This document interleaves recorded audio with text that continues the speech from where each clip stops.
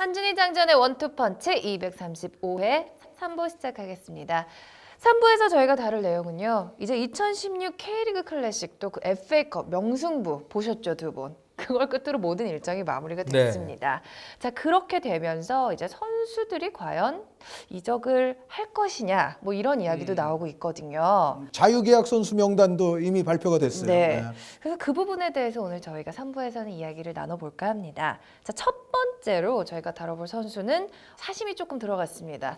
저의 중학교 후배 김신욱 선수에 대한 이야기를 좀 해보도록 할게요. 과천이 낳은 양대 인물 김신욱 신하영. 네.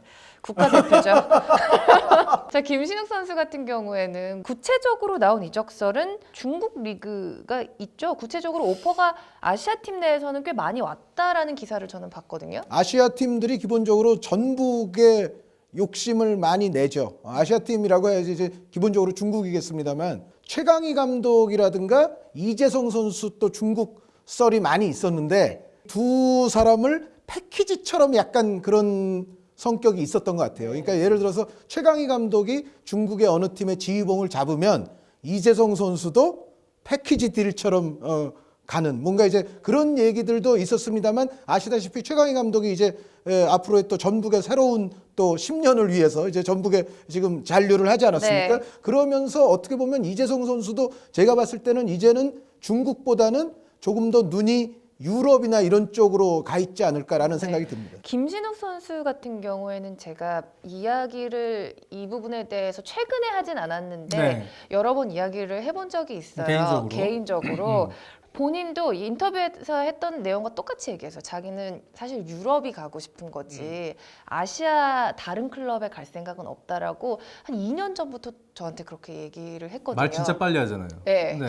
자기는 저는 뭐 아시아에 갈 생각 없고 맞습니다. 유럽에 지금 계속 유럽을 목표로 지금 진행하고 있기 누나 때문에. 나는 유럽 팀이 목표야. 네. 기본적으로 전북을 나가면은 유럽이다라는 얘기들을 다 하고 있죠. 지금 맞아요. 그 두 선수 모두. 그리고 제가 알기로는 구체적인 제의도 몇 군데에서 들어왔다고는 들었는데 이제 전북에 있게 됐다고 알고 있거든요. 근데 저는 이제 김신욱 선수가 일단 그런 생각을 아직까지도 가지고 있는 것에 대해서 저는 높게 평가를 하죠. 나이가 이제 28살이잖아요. 군 문제는 다 이제 없는 상황이긴 그렇죠. 합니다만 이제는 좀 현실적인 타협을 좀 할 수도 있는 사람이다 보니까 아무래도 이제 앞으로의 선수 생활을 고려해 봤을 때 그런 생각도 있을 텐데 여전히 이제 큰 무대에 가서 그래도 좀 뭔가 해보고 하려는 어떤 도전적인 어떤 자세가 여전히 있기 때문에 김신욱 선수의 그런 부분에 대해서는 제가 높게 삽니다. 근데 피지컬 같은 경우에는 유럽 무대에 나가도 크게 밀릴 것 같진 않은데요. 그렇죠. 스트라이커로서? 그렇기는 하죠. 그러니까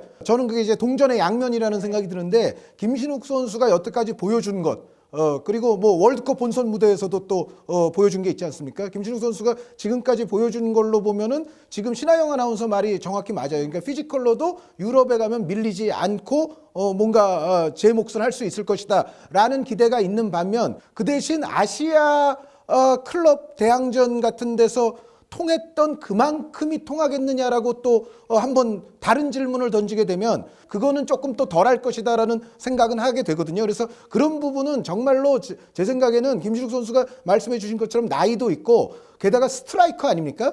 스트라이커로서 만약에 유럽 무대 같은 데 진출을 하게 된다면은 저는 김신욱 선수는 정말로 김신욱 선수를 필요로 하는 팀, 김신욱 선수에게 많은 경기 시간을 보장해 줄 수 있는 뭔가 그런 팀으로 가야지 만약에 뭐 어떻게 간다 하더라도 5분 남기고 예를 들어 뭐 조커 정도로 뭐 뜨문뜨문 나온다든지 그런 결과로 귀결이 된다면은 김신욱 선수가 굳이 그렇게 해야 되는가에 대해서는 저는 조금 생각이 다르죠. 그러니까 이재성 선수 같은 경우는 말씀드렸던 대로 팀을 잘 찾아갈 경우에는 여기 아니면 여기 뭔가 좀 더 기용될 수 있는 폭이 넓은 반면에 김신욱 선수는 정말 주전 스트라이커를 해야 되고 설사 주전이 아니더라도 상당히 그래서 팀에서 그래도 중요한 위치를 차지하는 스트라이커가 돼야 되는데 그렇지 않고 경기 시간이 굉장히 뭐 짧아지게 된다거나 이렇게 되면 오히려 본인에게 그렇게 득이 있을까라는 생각도 있습니다. 근데 김신욱 같은 선수를 원하는 팀들의 유형들이 선굵은 축구를 하는 이제 팀 이런 팀들이 원하고